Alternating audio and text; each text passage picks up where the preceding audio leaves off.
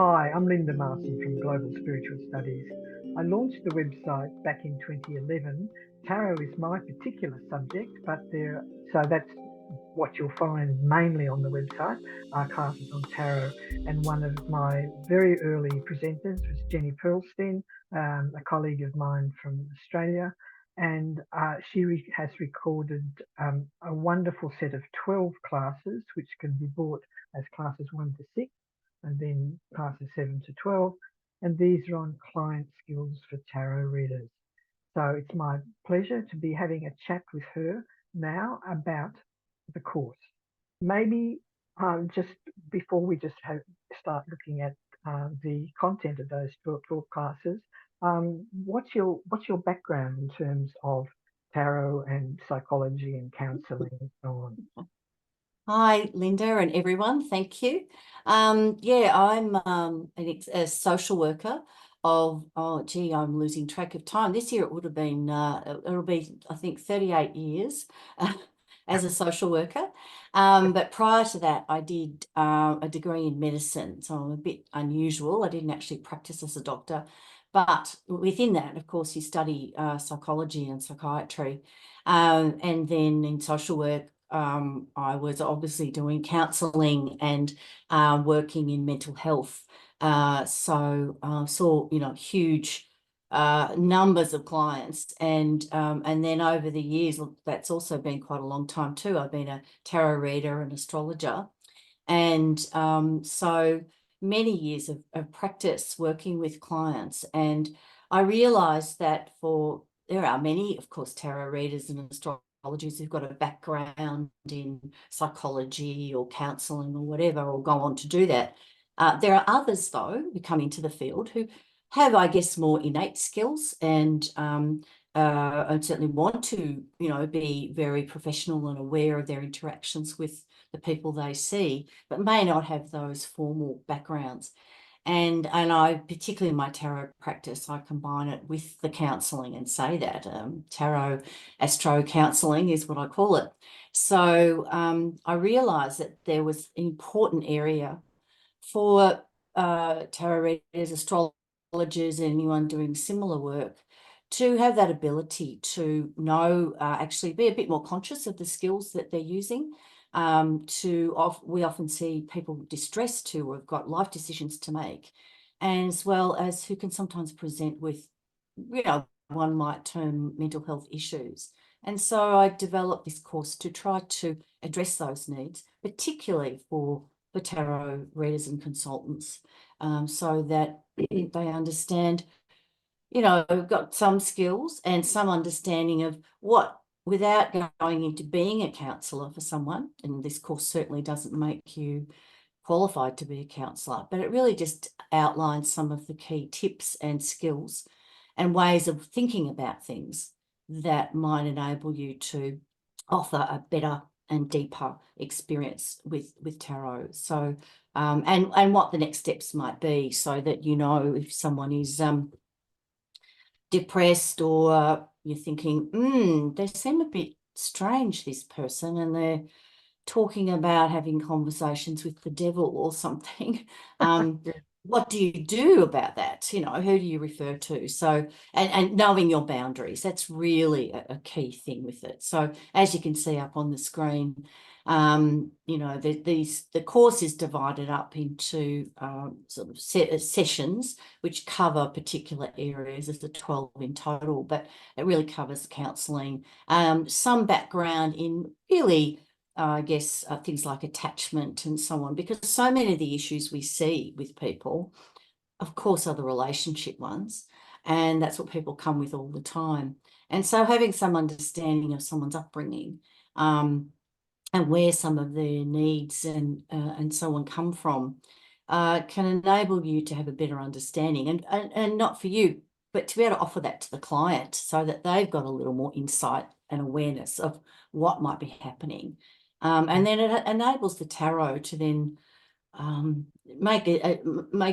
greater depth and a different way of bringing out the person's unconscious and the issues or decisions they might have to make. Yeah. So just there's a few things here on the because there are 12 sessions in the course, Mhm. and you've just been talking generally about the introductory things. Mhm. But now we're just there's a few examples of the sort of information that you're imparting here. Mhm. So do you want to Yes. the I always find the cognitive behavior therapy an interesting one myself. Mhm. Yeah. Because, you know, really what that is it's very commonly used by many counsellors and psychologists and all sorts of people now. But it really says, look, what you think is then what manifests how you feel and what your and what your innate beliefs are. And then that then leads to the behaviour that you manifest. So, you know, for example, if you think you've got low self-esteem, if you don't feel that you're a worthy person, then you're going to maybe be feeling a bit down or insecure, lacking in confidence. And then that can lead to behaviour of maybe not interacting with people or struggling with, say, job interviews or connecting with people to develop relationships. And these often can be repeated patterns. So that's just an example. So we run through some of the different sort of counselling theories and psychological theories. And I guess I've drawn upon things that I've found useful in actual practice or from my social work, as well as things that I think are particularly pertinent to tarot readers, and everyone will have their own style. It's not saying to try to attempt to use all of these or you become an expert in them, but I think often people have some unconscious abilities, and the course attempts to make people a little more consciously competent in what they're Yeah. doing and might understand where that's coming from. Yeah. Yeah, I mean, one of the things that I always do is when I'm starting off a tarot reading with someone is that I'm explaining that one of the things that I particularly focus on is getting the question right, getting a clear question. And I think when you're having that discussion, that's when you start to pick up on some of these issues, wouldn't you? That's right, absolutely. Yeah. And you're exactly right. And I think too, it's important to be flexible and adaptable so that you might, as say you've done this course, and you may do some further study or reading or whatever. And you know, you think, oh, I think this is someone's really stuck in their self-beliefs. So I might draw upon some cognitive behavior. Or you know, we're looking at, say, early family dynamics and attachment with the parent, which might be anxious attachment when they were a child. So that then, you know, you might draw upon more what we call psychodynamic theories. So yeah, and I think I like that. I always like that slide. Ego is not a dirty Yes, word. the word. We had a song in Australia years ago from Skyhooks, and that was the title of the song. And I really think it is. I mean, sometimes people say, "Oh, you're so egocentric" or whatever.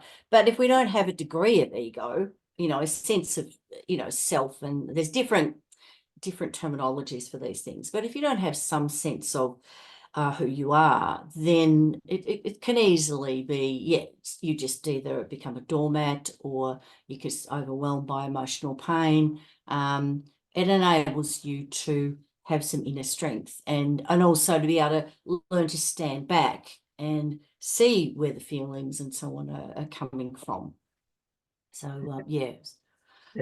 Yeah, and because doing a tarot reading for someone is really about having a sort of informed conversation where you sort of gently asking questions and then seeing what the response is. And of course, you've got this wonderful mechanism of allowing people to look at the card, and then they can look at the card themselves and That's go, right. "Oh, okay." There's, Yes. Yes. I mean, I'll just use the example that's on the screen there, the sun. I Yeah. mean, you can easily, have that there. Someone's in a dark place, and then for some reason that card of the sun comes out. So there's a lot to talk about just with the imagery of the card. Exactly. And the cards are designed to draw out those things, both on the literal level, and as we know, the deeper unconscious things that come out in those conversations that we have with clients. And I like what Liz Green in the quote at the bottom, who's a famous astrologer, you need an eye first before you can transcend that eye. And so that brings in the spiritual aspects of it, which, tarot and so on are. And it's a way of connecting with, maybe moving beyond and feeling more connected with whatever spirit means for you. Sometimes for some people, it's as simple as really getting in touch with your higher self, or that wise part of you, which I think everyone carries, but we often choose to ignore, because you need a quiet space. You need an ability to stop and feel that and get the sense of what that wiser part of yourself is trying to communicate to you. Oh yes, and I was just the other thing that I always say to people, I'll record this, record the actual reading, and then they've got a copy of it. And I said, because often when you go away from a tarot reading or you go away with what you want to hear and not what's actually.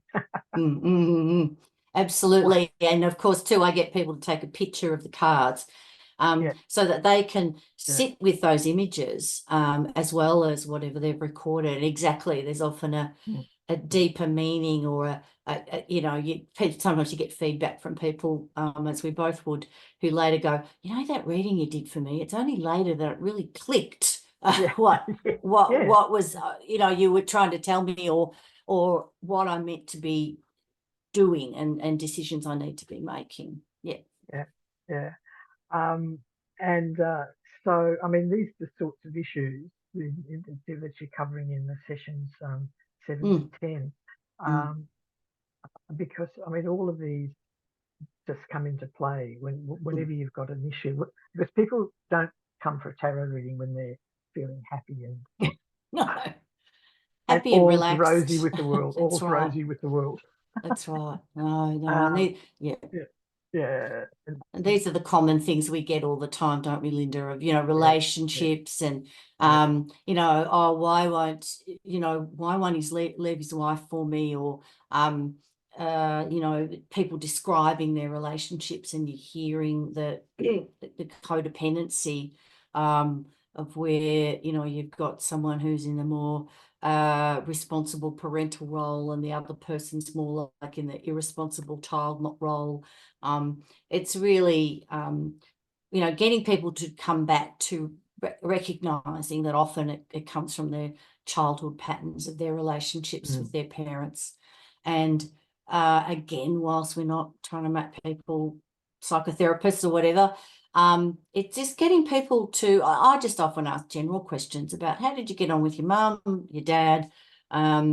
If you're when you're a child, if you were distressed, could you talk to your mum or talk to your dad, or your same-sex parent? You can't make assumptions. And they will say, oh no, I couldn't really show my vulnerability, or oh no, mum would get angry if I talked about that. And then you're starting to pick up on that. As children, for this person, they didn't get necessarily all the nurturing they needed. And that, in fact, affects not only intimate relationships, but friendships, work relationships, all of that. So the course tries to cover some of those things, and also, just the common things. I've had a woman came to me with her children, actually, fleeing from her husband, who she knew was very likely to inflict violence upon them, and she fled the house and came to me because she wanted some guidance, and should she leave him, and so on. And that's when I went into my social work role, and that's where I think it's so important for tarot readers to know when you need to go, hang on, the tarot here is not so important. The person's safety or their mental health well-being or whatever is more the priority. And so I actually then gave her information about family violence services and told her to go. She was able to, we worked out a safe place that she could go to. So it's being adaptable so that you're not just focused on that they've come for a tarot consultation. It's being holistic and looking at the person's whole life and what needs to happen in the here and now. Yeah.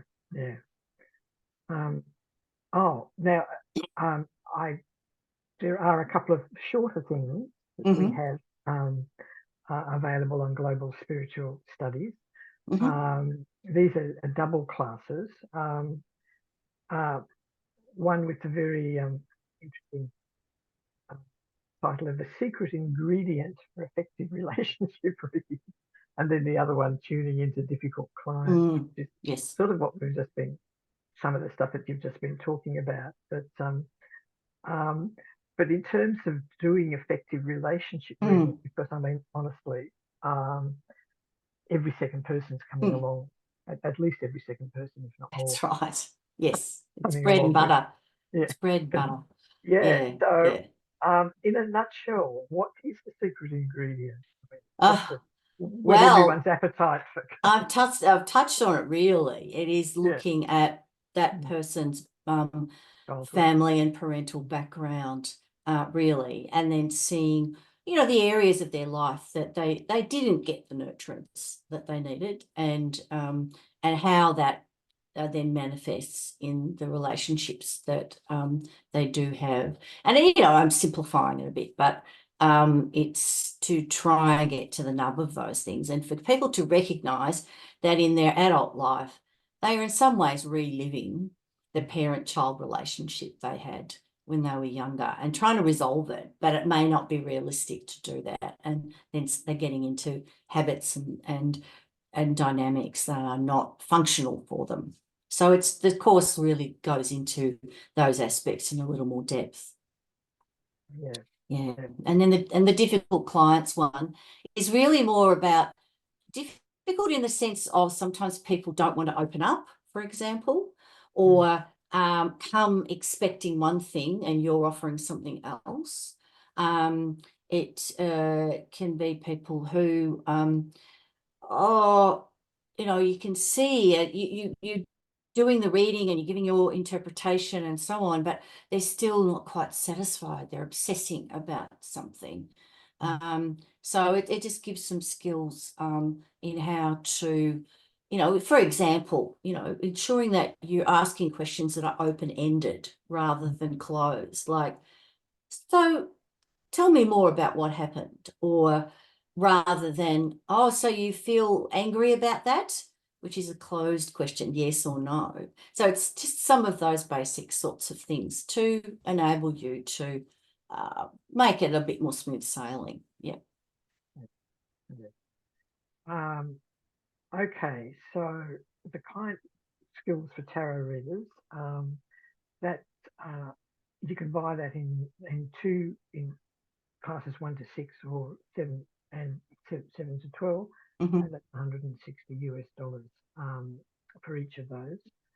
Okay, so just in closing, is there anything you'd just like to add about the importance of sort of addressing these, what we're calling client skills?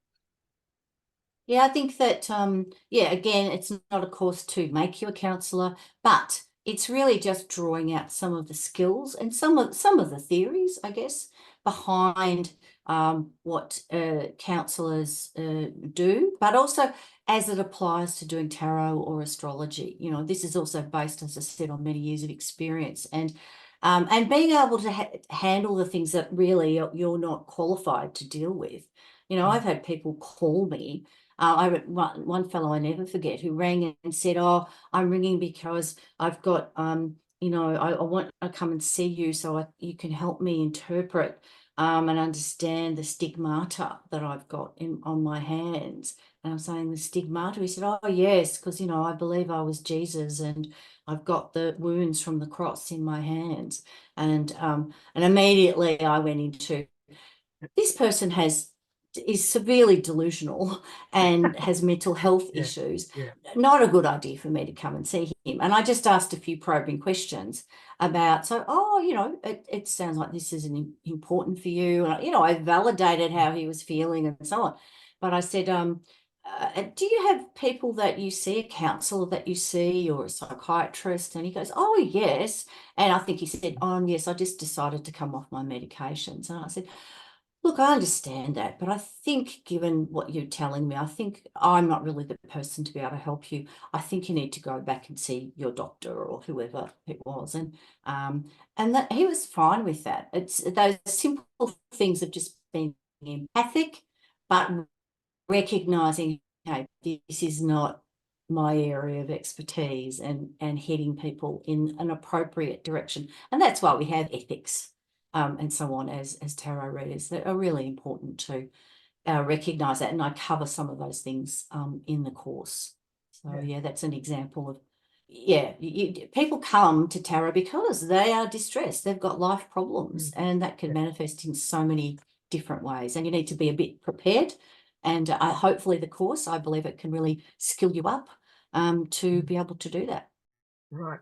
Okay, thank you very much for your time, Jenny, and Pleasure. I hope that inspires some of the people who watch this to actually invest in at least some of the classes. Okay, Yes. thank you very much for your time. Thank you.